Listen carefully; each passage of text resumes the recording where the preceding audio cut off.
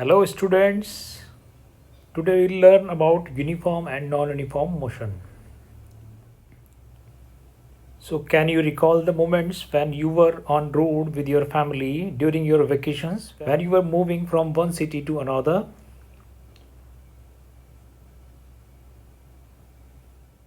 Now can you recall the nature of the speed of your car during that time? When we are on a highway, there are some moments when our car moves with the same velocity. It means for a given period of time, our car travels equal distance in equal interval of time.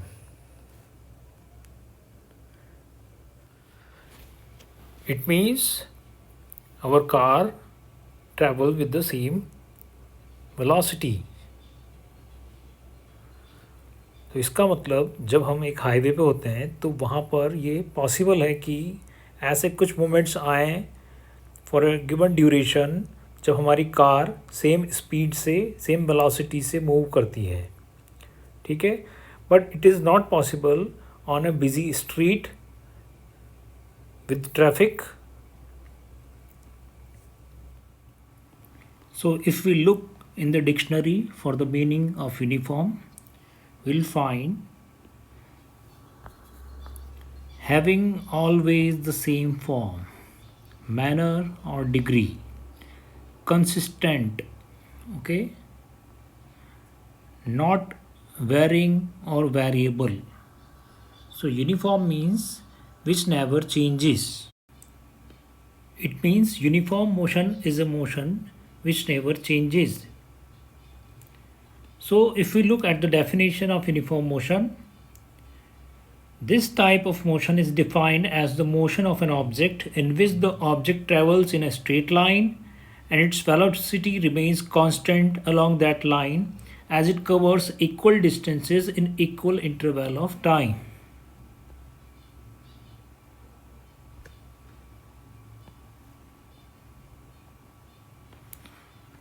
Irrespective of the duration of the time. It means when an object moves with uniform motion, like this car, it covers equal distance in equal interval of time. Okay. Now think of some examples of uniform motion. Now let's understand non-uniform motion.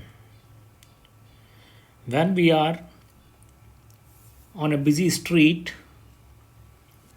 with traffic on it, we need to change the speed of our car.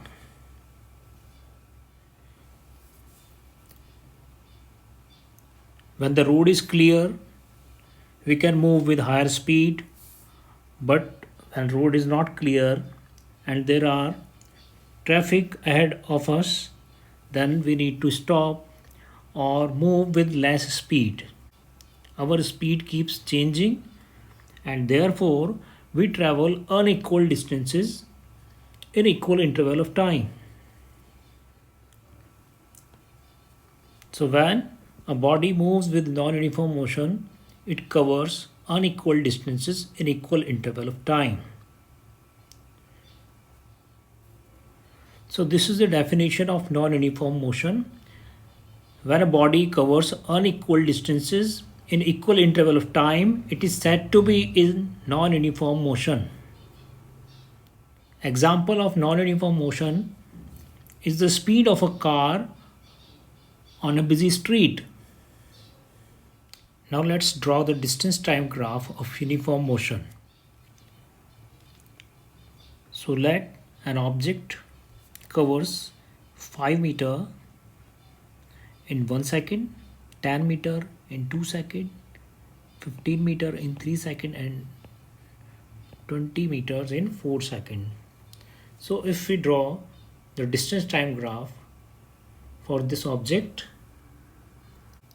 so we'll take time on x-axis and distance on y-axis.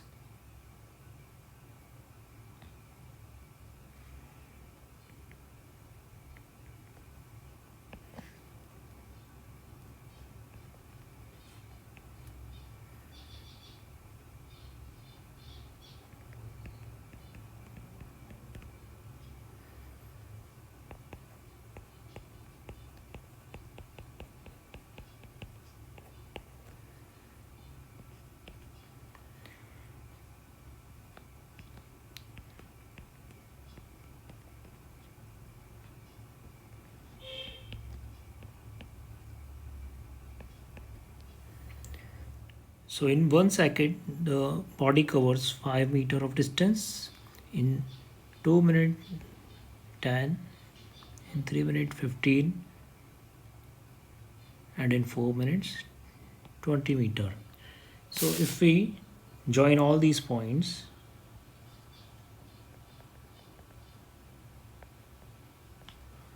a straight line is obtained. Hence, the nature of the graph of uniform motion is a straight line. But in uniform motion, the distance traveled by the body in every interval of time is same. In first 1 second, body covers 5 meter. In next 1 second covers again 5 meter. In next 1 second again it covers 5 meter. So body is covering equal distance in equal interval of time. So it is said to be in uniform motion. Now let's draw the distance time graph for non-uniform motion. So let a body covers 1 meter in 2 seconds, 2 meter in 4 seconds, and 5 meter in 6 seconds. So we can observe that body covers unequal distance. In first 2 seconds it covers 1 meter. In next 2 seconds it covers 3 meter, and so on. So if we draw the graph using this data, we can observe that graph is a curved line. In 2 seconds it covers 1 meter. In 4 seconds it covers 2 meter. In 6 seconds it covers 5 meter. Okay, so when we join these points, a curved line is obtained. So the nature of the graph for non-uniform motion is a curved line. So our next topic is rate of change of velocity. So we know that rate means in unit time.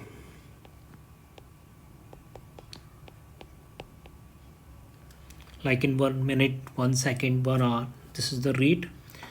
And velocity means speed with direction.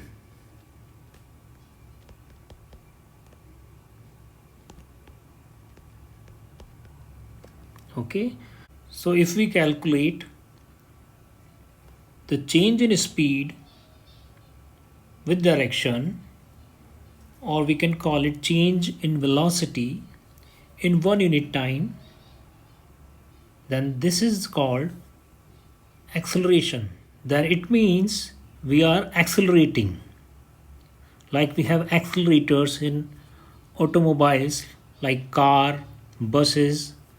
So when we press the accelerator, velocity starts to increase, and when we apply the brakes, velocity starts to decrease. Now let's understand this with the help of an example. Let a body move from point A to B in 5 seconds, and its velocity continue to increases from 0 to 10 meter per second.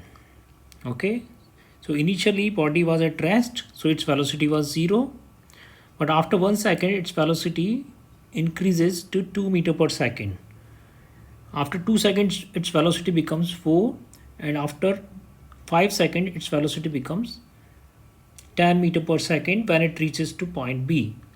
So we can observe that in 5 seconds the total increase or change in velocity is 10 unit.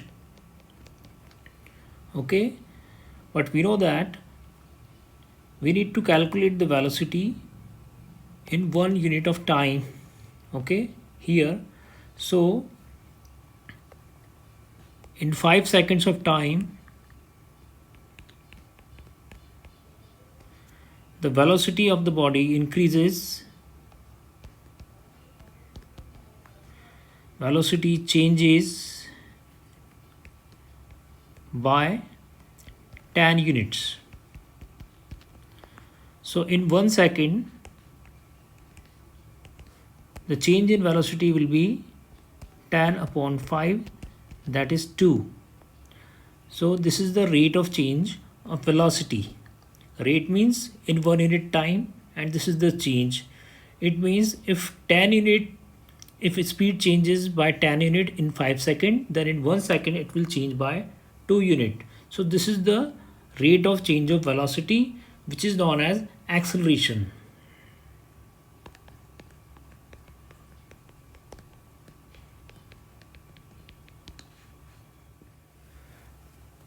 So rate of change of velocity is known as acceleration. But we can observe that change is of two types. Either velocity increases or it decreases. So when driver of a car press the accelerator, the velocity of the car increases. But when driver applies the brakes, the velocity decreases. These both are change in velocity. When the velocity of car increases, we call it positive acceleration or simply acceleration. But when velocity of a car decreases, we call it negative acceleration or deceleration or retardation.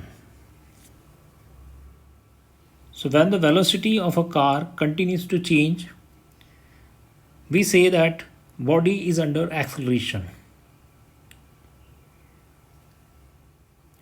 Let a car is moving on a highway with 60 km per hour of velocity. So its velocity is same for a given period of time.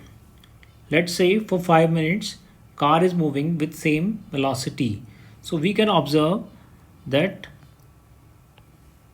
in 5 minutes of time, there is no change in velocity. So change in velocity is 0 in 5 minutes of time.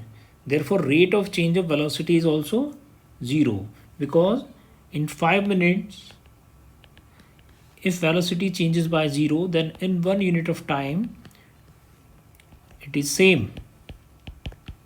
So we say that body has no acceleration. Its acceleration is 0. So it means when body moves with uniform motion or constant velocity, acceleration in the body is 0. Now let's understand an important concept of acceleration. Let a car move from point A to point B with 50 km per hour. Okay, so speed of car is constant with 50 km per hour at point B. The car turns around and again it moves with same constant speed of 50 km per hour. So we can observe that speed of car is not changing. What does it mean? One can think that speed of car is not changing, therefore acceleration is 0. But it is not the case. We know that velocity is speed with direction.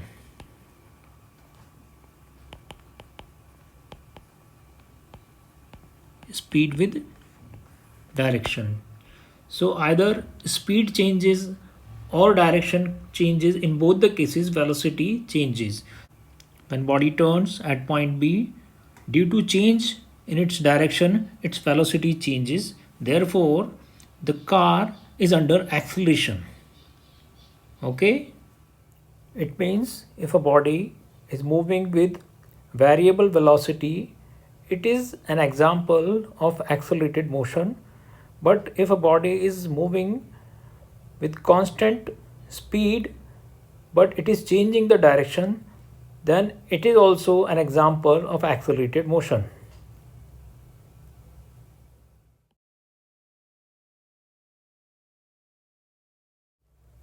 Now let's derive the formula for calculating the magnitude of acceleration.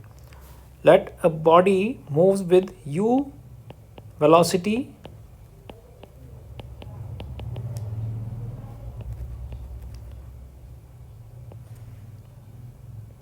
and after time t its velocity increases to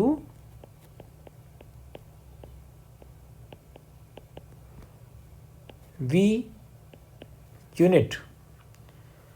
Okay, so body was moving initially with u meter per second, and after t second its velocity reaches to v. So the change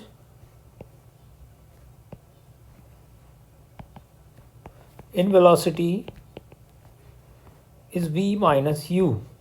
Initially the velocity was u, finally it was v, so change is v minus u, and this change occurs in time t. Therefore in t time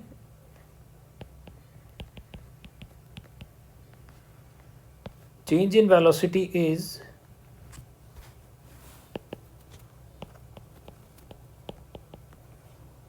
v minus u. So in 1 unit of time the change in velocity is v minus u upon t. Now in 1 unit of time the change in velocity is called the rate of change of velocity, which is acceleration. Therefore acceleration is change in velocity v minus u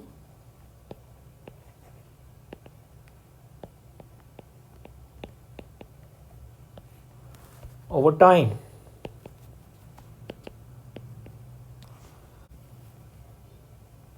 Acceleration is denoted by small a, change in velocity is v minus u, time is t. So acceleration is v minus u upon t.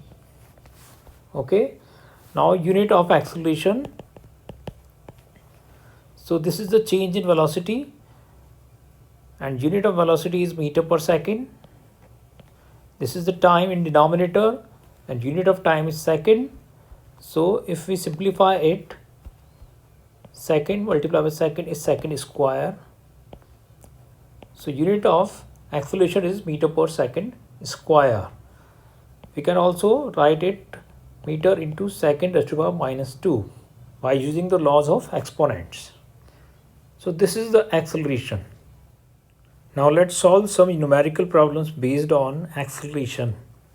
The velocity of a car at 10:50 am is 60 km per hour. At 10:52 am it's 80 km per hour. Assuming constant acceleration in the given period, find its value. So we need to calculate the acceleration.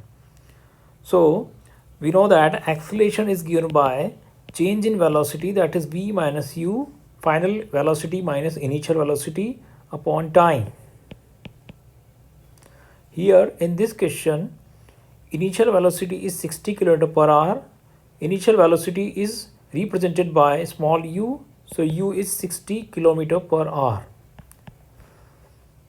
and its velocity reaches to 80 km per hour. So final velocity v is 80 km per hour. Now the car started its journey at 10:50 am and the final time is 10:52 am. So total time taken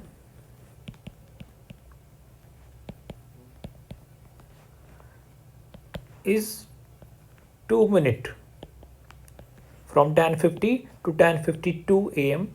So car took 2 minutes to reaches the velocity 80 km per hour. So car takes 2 minutes to increase its velocity from 60 to 80 km per hour. Okay, so we can observe that your unit of speed here is kilometer per hour and unit of time is minute. So we need to change the minute into hour by dividing it by 60. So it is 1/30 hour. Now we have the identical units. So we can apply the formula to calculate acceleration, that is v minus u upon t. Now v is 80, u is 60. This is the change in velocity in 1/30 hour. Now 80 minus 60 is 20. If we reciprocal the denominator, we get 30/1. So 600. Okay. Now the unit of speed is, the unit of velocity is kilometer per hour, and unit of time is r. So if we multiply r with this r, we get kilometer per hour square. Okay, so 600 kilometer per hour square. This is the acceleration. Now in 10th question, an object is sliding down an inclined plane. There is an inclined plane and an object is sliding down. Okay, the velocity changes at a constant rate from 10 centimeter per second to 15 centimeter per second. So when an object slides down,